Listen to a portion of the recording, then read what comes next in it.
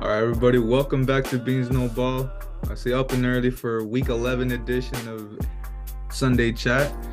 I see got a good amount of games to really get into. Got some very big news to talk about from this Thursday night game. So Christian, let's just get right into it. Yeah, so let's just kick it right off with one of the biggest news from recent time of Thursday, which is Joe Burrow, and he's done with the season with I believe it is a torn ligament in his wrist. So, which obviously, that ligament is going to affect him from throwing the ball. And we saw that on the sideline when I think it was Logan Wilson's, and that was kind of kind of the thing going on with the injuries. I'm not too sure if he's the one that caused it, but on the sideline when Joe Burrow, he was trying to get some reps in. He really could not grip that ball. He could not throw it, and this is a really huge blow for the Bengals. I mean, this was a pretty much a must win for them for the most part if they really wanted to keep a steady contention for the playoff race. Especially closing into December, like I said, it's gonna get more it's gonna get more packed, especially come December time, especially in that tough division, the AFC North. Obviously it was a Thursday nighter that we all expected it, but obviously cut short with the injuries, and the Bengals losing Joe Burrow, this is really going to kill their hopes. Their backup, Jake Browning. Jake Frowning, yeah, Jake Frowning. Looks like they're gonna Browning, my fault. Yeah. They're gonna roll with him. I mean, he had some pretty decent stats against the when he was in college, but this is a different league in the NFL, so a lot of people, not really a lot of people, could have the expectation this could be a whole Nick Foles season, but really doubt it. A lot of things, maybe history could repeat itself, but very huge loss for the Cincinnati Bengals, and their playoff hopes are really reduced after this injury. Yeah, I mean, obviously, my Super Bowl pick was already looking pretty bleak. Now I'm pretty sure I can put it to rest here. And I mean, look, we did see a lot of potential in Jake Browning from his time at Washington. I remember, he led him to the college football playoff at one point. But I mean, it's just being realistic. It is going to be really hard for the Bengals to succeed, and it's just going to be about waiting to see how they reload for next season. But of course, that wasn't the only major injury Thursday night. We also had to get into Mark Andrews, who, of course, we don't know all the information just yet, but reports say it's a very serious ankle injury, so he is expected to miss the remainder of the season as well. And that's obviously going to be a pretty big blow for the Ravens, since he is probably Lamar's favorite target. I mean, sure, we see probably the minimal success that the receivers have had. I mean, we know Zay Flowers has been coming into his own, and sure, Odell has had pretty good performance in the last couple of weeks, but it's always been Mark Andrews who's been his favorite target. He's been there the longest, and Lamar is going to need to be able to spread the ball out more. So we're just gonna wait and see how this Ravens offense can develop into see if they can actually get into those receivers a bit more. And I guess the other topic about this is a lot of people are starting to talk about the injuries that happened Thursday night, how reasonable it is to play these quick turnaround games. Really just think it's more of it's kind of just a thing about the game, where we're already used to it. You can't blame it just on Thursday night, but it's always definitely going to be tough to see for stars like this to go down. Yeah, you never like to see top players like that go down, any player in general. But this is going to be one big, another big blow for the Ravens. Their star tight end out, so yeah, this could be a good opportunity for Lamar to spread out the ball for his receivers, especially Zay Flowers, who starting to speak a little bit. Staying on the AFC side, with the Patriots, this is kind of it's a little bit old news from last week, but still really a big topic to talk about, which is Mac Jones. And the Patriots and the locker room, they're done with him. I believe it was about 80% of the team is already done with them. I'm not too sure about the coaches, but for sure it's the players that they're done. And it sucks. It really sucks.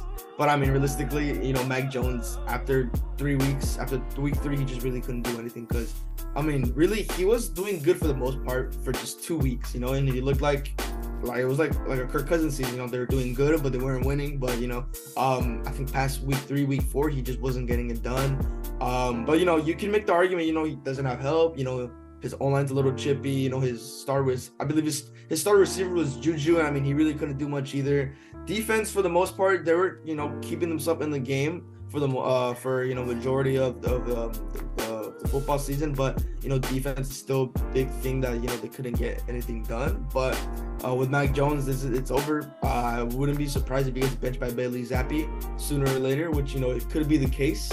And then for Belichick, which to his tenure, which we talked about, once again, could be done, especially with the whole locker room situation. But it just all depends how Mac Jones decides to do these last couple of games of football. And if not, let's see if Bailey Zappi finally gets to start.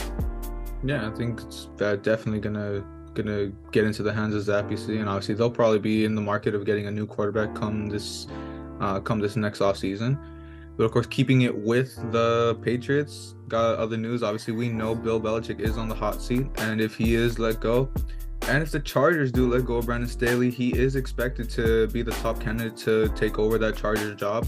We see, I mean, it's a team that's basically, they're ready to win now, and you could honestly, I know you kind of made that narrative that Brandon Staley really is holding Justin Herbert back, and even in all reality, I could make the argument that he's even holding back that defense, even though he's supposed to be such a great defensive mind.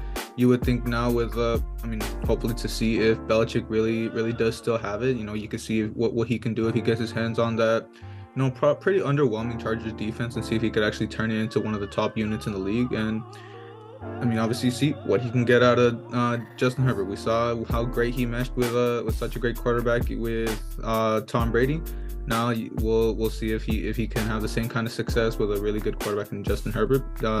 Definitely do agree with these reports that this definitely does seem like a good fit. We'll just have to wait and see how the hot seat continues. Yeah, without a doubt, Staley, he's most likely going to be gone this offseason if the Chargers actually want to have some hopes and contention for next season. Especially try not to waste Herbert's career, because that's basically what's going on. His career is getting wasted with the Chargers.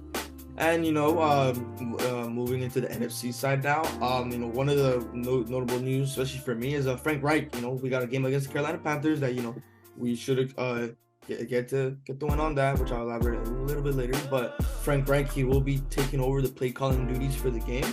A lot of Panthers fans had mixed emotions on this, whether they can trust Frank Reich's play calling ability. We saw some years where I think with the Colts with this play calling, it was a little chippy here and there, but it was pretty okay for the most part. But when you're going against a team like the Cowboys, with the top defense like that and a top offense like that, it's really gonna put, I think, more pressure on Frank Reich, let alone stir up the pot more on the hot seat. And that's going to close the couple news segments for this week. And now let's move on right into fantasy. Our teams are right here on the screen. Little changes in my fantasy team, small little tweaks. I picked up Rashee Rice and Tyler Conklin. Noah Fant on my tight end. He is out for the game against with the Carolina Panthers. And then I picked up Rashee Rice off waivers to replace, I believe I had Pickens starting. But I picked up Rashee. Just Pickens, if he decides to go generational this week as I bench him, whatever. That's pretty annoying. It's happened twice this season already. But, I picked up Rashee because he's going against Philly. And, with their depleted secondary, Rashee Rice, speedster, he's finally starting to get in his groove with the Chiefs, So I kind of, hopefully he gets something done for me, especially because that secondary is pretty bad for the most part. So I got Rashee Rice, good receiver 3 to get there for the most part. And then another player is gonna be CeeDee Lamb once again. He's been putting me a lot of numbers in these past couple games. He's been closing at like 20 to 30 points a game, literally nearly 40. And he's been one of the reasons, other than Dak, why I've been winning this game. So those two are gonna be my centerpieces of why I win. Those two are gonna be the centerpieces for this week. Yeah, obviously, I believe you had Hayden Hurst instead of Noah Fant that you had to bench there, but yeah, just obviously. Little injuries like that. We'll see how that works out for you. Definitely expect CD and Dak to carry. But as for my side, obviously I brought back the bulk of my lineup as last week. Almost everyone was on bye. Finally happy to see that, and happy to see Gus Edwards. Obviously Thursday night, I know you had that type of production with Joe Mixon. I got 21 from Edwards, so definitely a great kickstart to my lineup. And I guess my main topic here, I do have Puka back in my lineup, as I expect. I'm expecting this game to be kind of the game where I can tell, can I actually, keep him as a serviceable receiver? I have 4 pretty good receivers on my roster right now, and I kind of keep teetering between Hopkins and Puka. So if Puka has another stinker against the Seahawks now, I'm kind of does look like maybe the Puka and Cooper duo isn't really going to be working. So might have to keep him in. Obviously right now I get both of them in my lineup with Pittman on bye, but it's just to wait and see. Hoping for the best with Puka. Obviously, I did pick the Rams over the Seahawks, so we'll just have to wait and see. And obviously, we'll get it right into cash or trash. Last week, when we went back to running backs, and my cash pick was probably the worst of all time. Derrick Henry gave me a whopping 3 points, and Bijan Robinson, he gave you a respectable 17. So you'll take that one. And pretty bad picks for trash on both of us. With you decided to go with Singletary, who decided to have a generational game, and I went with Javonte, which I did get away with it. He played Monday night, but I kind of got my get back on a little something you did a couple weeks back. So we'll move it into receivers, and obviously like we keep saying, the pickings are getting slim, but we definitely still got a couple great receivers to get into, which I'll start it off. I got Keenan Allen as my cash receiver. We will wait and see if he does. I mean, he's expected to play. He's questionable at the moment. But going against that Packers secondary, I really do expect him to really have a solid game. And like we were just talking about right now, Jair's having an off year. That would be, your top concern if Keenan's going to have a good game, and not too worried about that. And as for trash, going with one of your guys on Fantasy Christian, I'm going to go with George Pickens against, the top defense in the league, expecting him to really get shut down. So, not really much to say there. Just, sure, like you always say, we'll see if they just decide to go generational when we pick against them. But I really do expect the Browns defense to shut them down. You saw the picks. I think it's just Keenan Allen, whether he'll be fully for that Packers game. And now for my picks, gotta go with my guy CeeDee Lamb. I don't know why I haven't been going with him at all these past weeks, but I'm gonna go CD. Especially, I talked about him being talked with JC Horn possibly getting the start. They ruled him out a couple days ago, so this could be another really big game for CeeDee Lamb. So really couldn't expect a really huge game, especially against those Carolina corners. And from trash, I'm going again with one other one of my fantasy players, which is Calvin Ridley. He's probably the one that was such a huge letdown this season. I know you were bantering me to want him for the first couple weeks, and then obviously he just really wasn't getting it done. So I think it's a safe pick to go with Calvin Ridley for my trash pick.